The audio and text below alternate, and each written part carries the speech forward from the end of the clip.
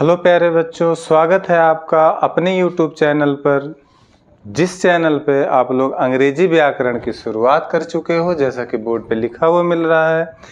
और अंग्रेजी व्याकरण में हम इस समय वर्ड फॉर्मेशन पढ़ रहे हैं।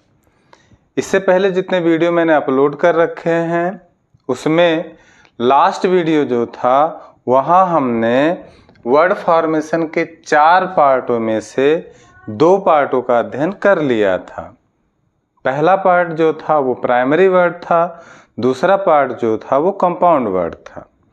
अब हम लोग इसके तीसरे पार्ट पे आने वाले हैं और जिस पार्ट का नाम क्या है? प्रीफिक्स। क्या है भैया? प्रीफिक्स। प्री माने पहले, फिक्स माने निश्चित होने वाला शब्द। इसको हिंदी में हम लोग क्या बोलते हैं? उपसर्ग। क्या बोला जाता है हिंदी में? उपसर्ग बोलते हैं। प्रीफिक्स को हिंदी में उपसर्ग बोलते हैं। अब अगर आपको उपसर्ग की परिभाषा पता हो, सेम परिभाषा यहाँ बोल दो, दोनों जगह सेम है, चाहे वो हिंदी व्याकरण का हो या इंग्लिश व्याकरण का हो, दोनों व्याकरणों में ये चीज़ आपको सेम मिलने वाली है।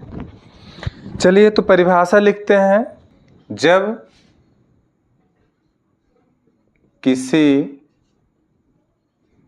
जब किसी मूल शब्द में शब्द के आरंभ में, जब किसी मूल शब्द के आरंभ में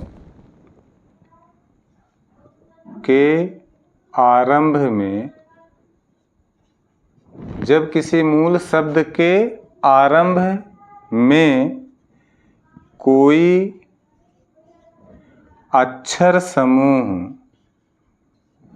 अक्षर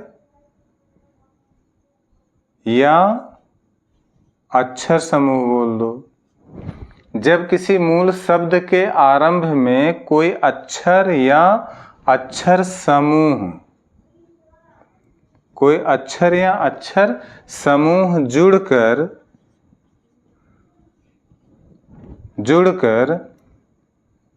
जुड़कर कोई नया शब्द बनाता है,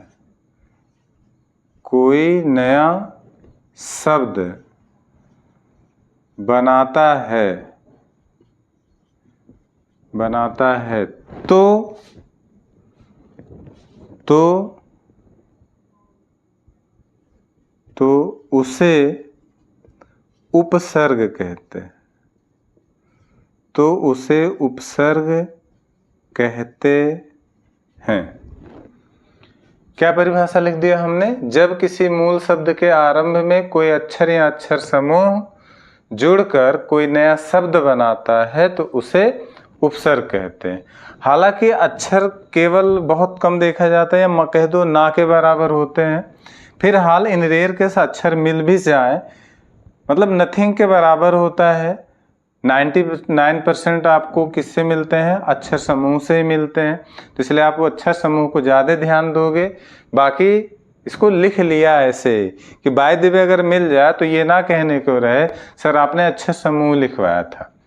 तो जब किसी मूल शब्द के आरंभ में कोई अक्षर या अक्षर समूह जुड़कर कोई नया शब्द बनाता है तो उसे उपसर्ग कहते हैं। यही परिभाषा आप क्या कर सकते हो? हिंदी में भी बोल सकते हो और यही परिभाषा आप इंग्लिश में भी बोल दोगे। चलो तो इसकी इंग्लिश लिख लेते हैं। व्हेन एनी लेटर और letter group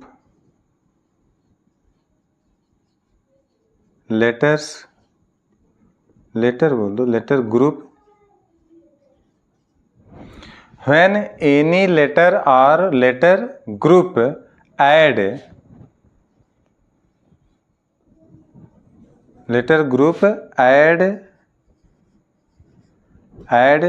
in primary when any letter or letter group add in primary word and make a new and make a new word, then it is called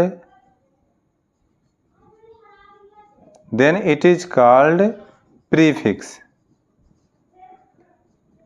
Then it is called prefix. When any letter or letter group add, मतलब जब कोई अक्षर अथवा अक्षर समूह add माने जोड़ा जाता है इन प्राइमरी वर्ड माने मूल शब्द में, and make a new word और एक नया शब्द बनाता है, देन मतलब जब जोड़ा गया तब इट इज कॉल्ड प्रीफिक्स, तब उसे प्रीफिक्स कहते हैं। अगर ये जुड़ गया और कोई नया शब्द नहीं बनाया तब वो प्रीफिक्स नहीं होगा। अगर जुड़ा और किसी नए शब्द को बना दिया तब हम उसे क्या कहेंगे? प्रीफिक्स कहते हैं। ठीक है, आप इसको एक बार नोट करो, फिर इसका एग्जाम्पल लिखवाता हूं।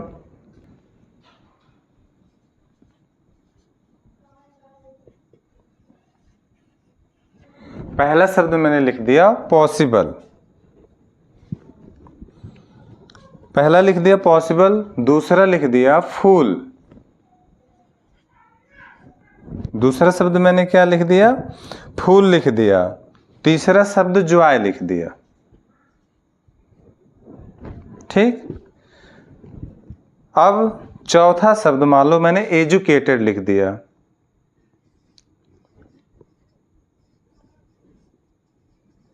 एजुकेटेड लिख दिया।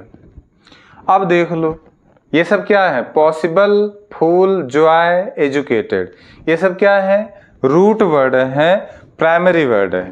पता कैसे चला? मैंने पहचान आपको बताया था, एक बार फिर से दोहराता हूं। इसके पहले कोई प्रीफिक्स नहीं है, इसके बाद में कोई सुफिक्स नहीं है, तो ये क्या हुआ? प्राइमरी हुआ। इसी प्रकार ये फूल प्राइमरी है, इसी प्रकार जॉय प्राइमरी है, इसी प्रकार एजुकेटेड प्राइमरी है। अब अगर मैं इसके आगे क्या लगा दूं? इम लगा दिया, तो अब ये नया वर्ड बनेगा कि नहीं बनेगा? और अगर बनेगा तो क्या बन गया भैया? इम्पॉसिबल। क्या बना? इम्पॉसिबल। अब इसके आगे क्या लगा सकते हैं? बी लगा दिया, तो ये क्या बन गया? B full. इसके आगे क्या कर दिया? ईएन लगा दिया, ईएन लगा दिया। अब ये क्या बन जाएगा भैया? इंजॉय। अब इसके आगे अगर मैंने क्या कर दिया? अन लगा दिया, अब ये क्या बन जाएगा? अनएजुकेटेड।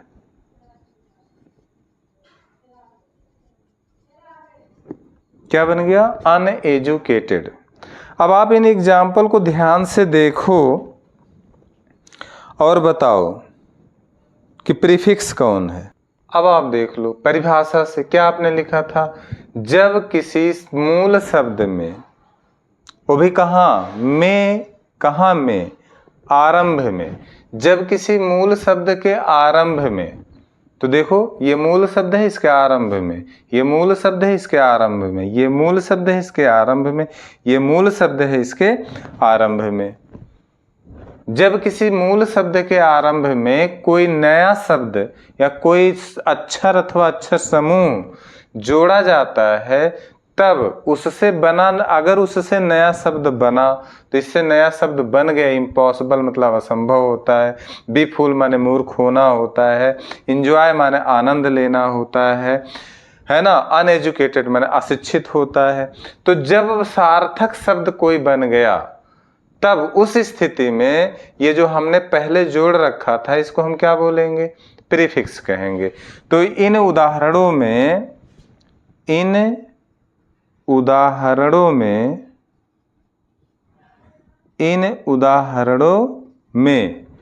कौन कौन? इम, फिर दूसरे में बी, तीसरे में ईएन, चौथे में अन। क्या है? इन उदाहरणों में इम, बी, एन, ईएन और अन प्रीफिक्स है।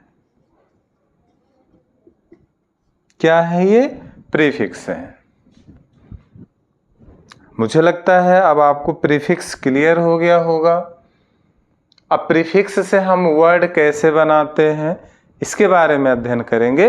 उससे पहले आप इसे एक बार नोट करो, फिर हम आगे बढ़ते हैं। प्रीफिक्स के प्रयोग से शब्द रचना।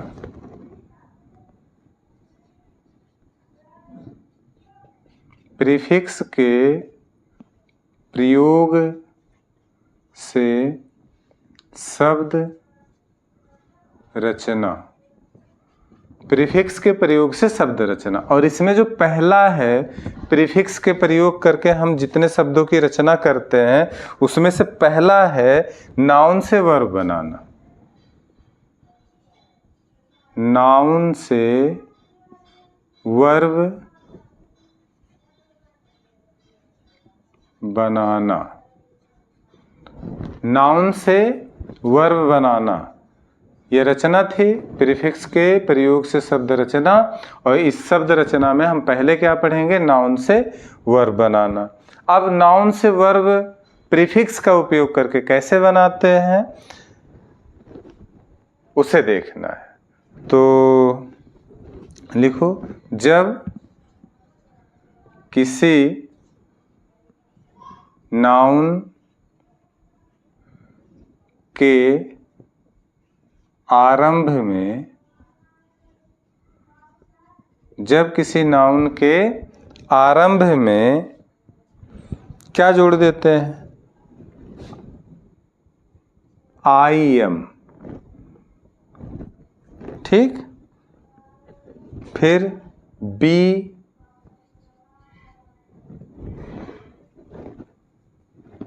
नीचे लिख देता हूं,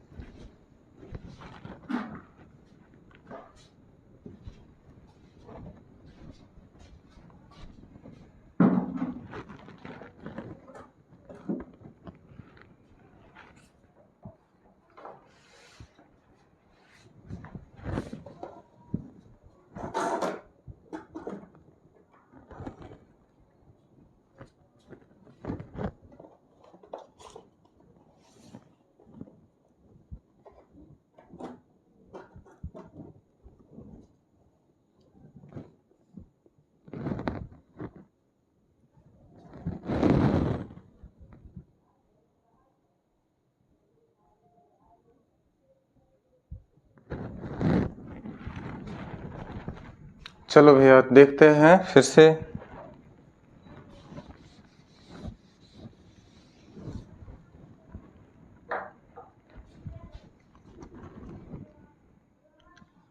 जब किसी नाउन के आरंभ में, जब किसी नाउन के आरंभ में क्या क्या लगा देंगे? यहां से लिखता हूं, I M, B, E M आदि आदि लगा देते हैं, लगा देते हैं तो नया बना हुआ शब्द, नया बना हुआ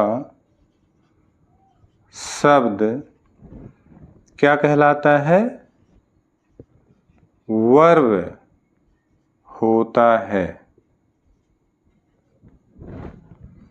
अब इंग्लिश में क्या लिखोगे? when be add, when we add prefix, when we add prefix im, be, em, etc,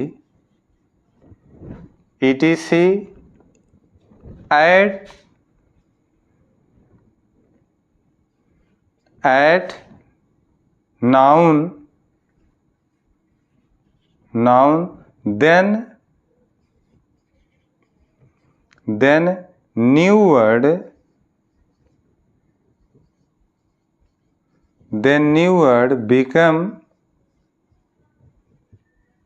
became क्या? verb. When we add prefix im, be, em, etc at noun, then new word become verb. चलो example की बात कर लेते हैं इसमें। अब जैसे आई एम से है तो आपके पास वर्ड है नाउन प्रीजन था। अब इसके आगे आपने क्या किया? इम लगा दिया, तो अब ये क्या बन गया? इम्प्रीजन।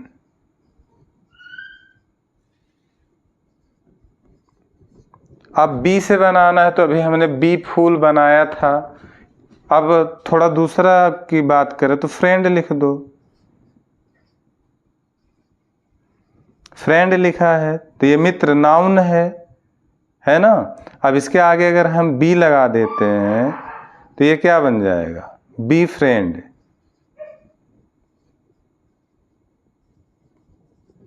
वी फ्रेंड हो गया। अब इसी प्रकार अगर मेरे पास पावर है, अब इसके आगे मैंने अगर ईएम लगा दिया तो ये क्या बन जाएगा? इम्पावर।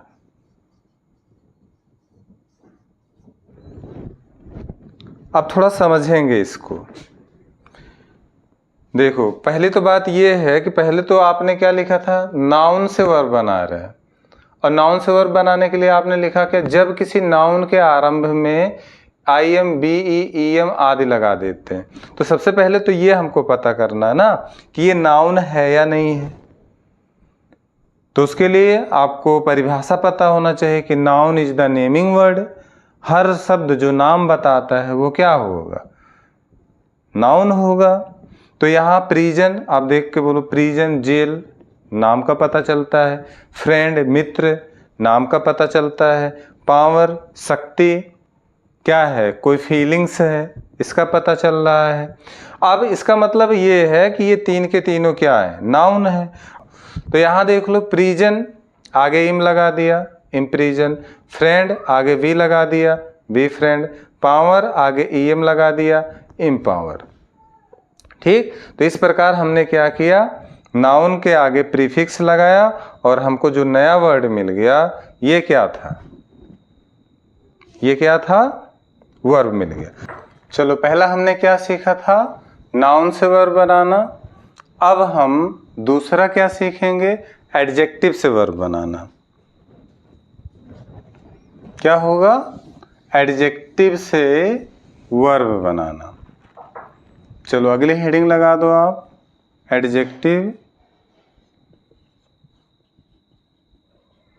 से वर्ब बनाना।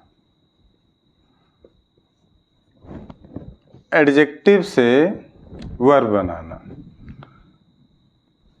अब आप इसमें लिखो, एडजेक्टिव से वर्ब बनाते समय हम क्या करते हैं? फिर वही चीज़ है, लिख दो, यदि किसी एडजेक्टिव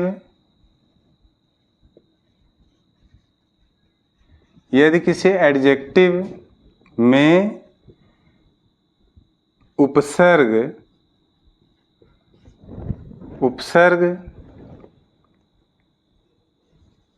ईएम कामा ईएन एज आदि लगा दिया जाए तो बना हुआ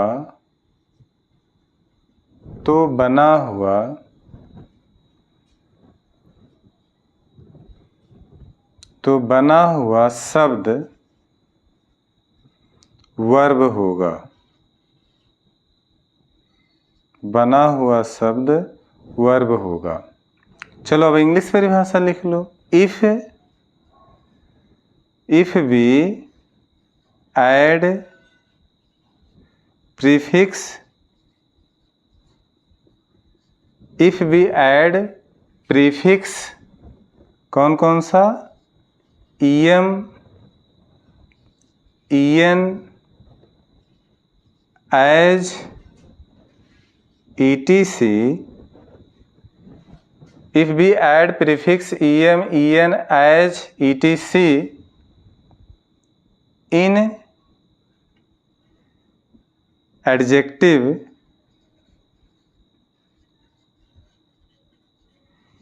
adjective, then new word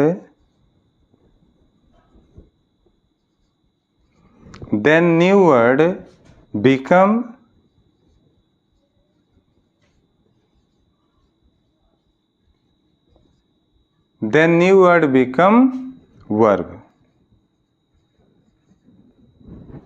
चलो एग्जाम्पल की बात करते हैं। तो हमने लिख लिया एबल, या एबल को हटा दो, लार्ज लिख लो, लार्ज। हमने लिख लिया बोल्ड, हमने लिख लिया सर्टन। अब अगर इसके आगे मैंने en लगा दिया तो ये क्या बन गया, इन लार्ज।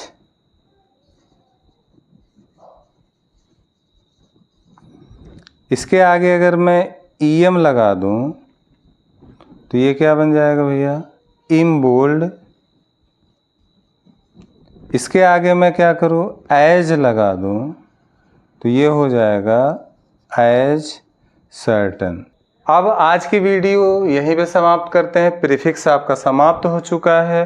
अब वर्ड फॉर्मेशन में सुफिक्स रह गया है, जिसको हम अगले वीडियो में कंप्लीट करेंगे।